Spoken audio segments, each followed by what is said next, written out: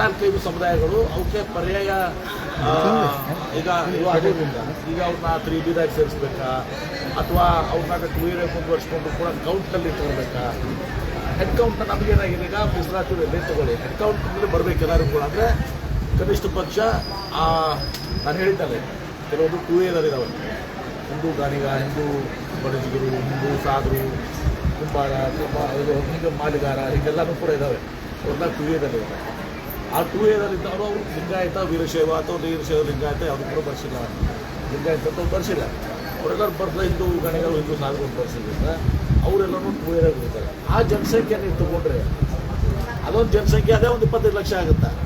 So ಹೀಗಾಗಿ ಲಿಂಗಾಯತ ಜನಸಂಖ್ಯೆ ಸಹ 1 ಕೋಟಿಗಿಂತ ಜಾಸ್ತಿ ಇದೆ. ಈಗ ನಮ್ಮ ಮುಂದಿರುವಂಥ ಸಮಸ್ಯೆಗಳು ಅದನ್ನು ಅಧ್ಯಯನ ಮಾಡಿದಾಗ ನಾವು ತಿಳ್ಕೊಳ್ತೀವಿ. ಅದೆಲ್ಲವನ್ನು ಕೂಡಿಸಿ ಒಂದು ಸರ್ ಏನು ಅವ್ರನ್ನ ಅಲ್ಲೇ ಇಟ್ಕೊಂಡು ಕೌಂಟ್ ಮಾಡುವಂಥದ್ದು ಒಂದು ಭಾಗ. ಅವ್ರಿಗೆ ಅವ್ರು ಲಿಂಗಾಯತ ಉಪಂಗಿರ್ಬೋದು. ಅದು 10% ಕೂಡ ಬೇರೆ ಕಾಣಿಗಿರಿದ್ದಾರೆ. ನಾವು ಲಿಂಗಾಯತ ಕಾಣಿಗಿರಿದ್ದಾರೆ, ನಾವು ಲಿಂಗಾಯತ ಸಾಧಿದ್ದಾರೆ. ಅವ್ರಿಗೇನೋ ಒಂದು ವ್ಯವಸ್ಥೆಯನ್ನು ಮಾಡಬೇಕಾಗ್ತದೆ. ಅದನ್ನು ನಾನು ಕ್ಯಾಬಿನೆಟಲ್ಲಿ ಮಾತಾಡಿ ಒಟ್ಟಾರೆ ಇವತ್ತು ಲಿಂಗಾಯತ ಜನಸಂಖ್ಯೆ ಯಾವುದು ಕಡಿಮೆ ಆಗಿದೆ ಅಂದರೆ ಅದು ಯಾರಿಗೂ ತಪ್ಪಲ್ಲ, ಕಾಂತರಾಜು ತಪ್ಪಲ್ಲ, ಯಾವುದೂ ತಪ್ಪಲ್ಲ. ನಾವು 2A ಮೀಸಲಾತಿಗಾಗಿ ಮತ್ತು ರೆಡ್ಡಿ ಕಮ್ಯುನಿಟಿಗಳು, ಲಿಂಗಾಯತ ರೆಡ್ಡಿಗಳು, ಹಿಂದೂ ರೆಡ್ಡಿ ಅಂತ ಬರ್ಸಿರ್ತಾರೆ, 3A ಹೋಗಿರ್ತಾರೆ. ಅವ್ರನ್ನ ಇವೆಲ್ಲನೂ ನಾವು ತೆಗೆದುಕೊಂಡು ನೋಡಿದಾಗ ಲಿಂಗಾಯತ ಪಾಪ್ಯುಲೇಷನು ಇನ್ನೂ ಕನಿಷ್ಠ ಒಂದು 25-30-40 ಲಕ್ಷ ಆಗ್ತದೆ. ಹೀಗಾಗಿ 1 ಕೋಟಿಗಿಂತ ಜಾಸ್ತಿ ಆಗ್ತದೆ. ಇವ್ರನ್ನ ಯಾವ ರೀತಿ ನಾವು ಏನು 3B ತಂದಿದ್ದಾರಲ್ಲ ಅಲ್ಲಿ ತರಬೇಕು, ಅದಕ್ಕೆ ಆ ಸಮುದಾಯಗಳು ಒಪ್ತಾರ ಇಲ್ಲ ಗೊತ್ತಿಲ್ಲ. ಯಾಕಂದ್ರೆ 2Aದಲ್ಲಿದ್ದಾರೆ. ಸೊ ಅಥವಾ ಅಲ್ಲಿನೇ 2Aದಲ್ಲಿ ಅವ್ರನ್ನ ಇಟ್ಟು ಅವ್ರನ್ನ ಇವ್ರು ಲಿಂಗಾಯತ ಉಪಪಂಗಡ ಕೌಂಟ್ ಮಾಡಿ ಇದು ಮಾಡಬೇಕಾ? ಇದೆಲ್ಲನೂ ಕೂಡ ಇದೆ. ಅಷ್ಟು ಸರಳೂ ಕೂಡ ಇಲ್ಲ. ಯಾಕಂದ್ರೆ ಆ ಸಮುದಾಯಗಳು ಒಪ್ಪಬೇಕಲ್ಲ ಏನ್ರಿ. ಸೊ ಹೀಗೆ ಅದನ್ನು ನಾವು ಅಲ್ಲಿನೂ ಕೂಡ ಕ್ಯಾಬಿನೆಟ್ ಚರ್ಚೆ ಮಾಡ್ತೀವಿ. ಮತ್ತು ನಾವು ಅಲ್ಲಿನೇ ಇಟ್ಕೊಂಡು ಅಲ್ಲಿನೇ 2Aದಾಗ ಆ ಸಮುದಾಯಗಳು ಇಟ್ಕೊಂಡು ಅವ್ರನ್ನ ಲಿಂಗಾಯತರನ್ನು ಪರಿಗಣಿಸಿ ಆ ಲಿಂಗಾಯತ ಅದರಲ್ಲಿ ಇದು ಮಾಡಿ ನಮಗೆ ಬಂದಿರುವಂಥದ್ದು ಈಗ ಎಷ್ಟು ನಮ್ಮ ಜನಸಂಖ್ಯೆ ಅಂತ ಅಂದರೆ ಅವಾಗ ಅವೆಲ್ಲರೂ ಕೌಂಟ್ ಆಗಿರೋ ಸುಮ್ಮನೆ 35-40 ಲಕ್ಷ ಜಾಸ್ತಿ ಆಗ್ತದೆ.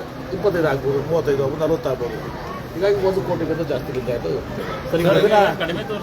ತಂದೆ ತೋರ್ಸೋಕ್ಕೆ ಕಾರಣ ನಾವು ಇದ್ದೀವಿ. ನಾವು ಕಾರಣ ಇದ್ದೀವಿ. ನಾವು 2A ಮೀಸಲಾತಿ ಲಿಂಗಾಯತ ಪರಿಶೀಲ ನಮಗೆ ಮೀಸಲಾತಿ ಸಿಗಲ್ಲ.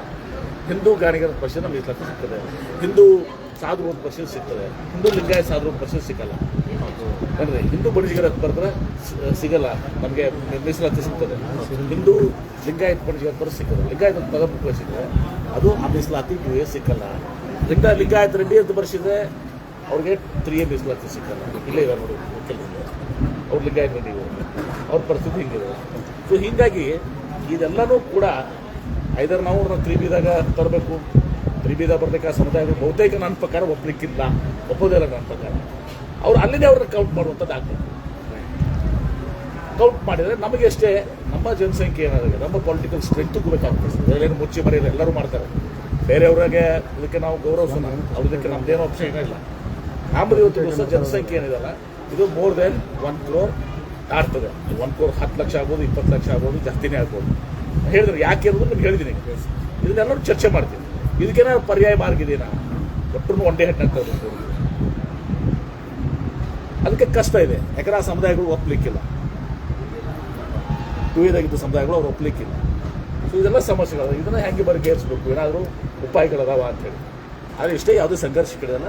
ಎಲ್ಲರೂ ಕೂಡಿಸಿ ನಮ್ಮ ಲಿಂಗಾಯತ ಪ್ರಶ್ನೆ ಬಂದಾಗ ನಾವು ಕೂಡಿಕೊಂಡು ಚರ್ಚೆ ಮಾಡಿ ಇದನ್ನು ಒಂದು ತರ್ತೀವಿ. ಒಟ್ಟಾರೆ ಇಷ್ಟು ಹೇಳಕ್ಕೆ ಬಯಸ್ತೇನೆ, ನಮ್ಮ ಜನಸಂಖ್ಯೆ 75 ಲಕ್ಷ ಅಲ್ಲ, ನಮ್ಮ ಜನಸಂಖ್ಯೆ 1 ಕೋಟಿ ಜಾಸ್ತಿ ಇದೆ. ಯಾಕಿದೆ ಅನ್ನೋದು ನಿಮ್ಗೆ ಹೇಳಿದ್ದೀನಿ. ಇದನ್ನು ನಾನು ಸಂಪೂರ್ಣ ಸಭೆಯಲ್ಲಿ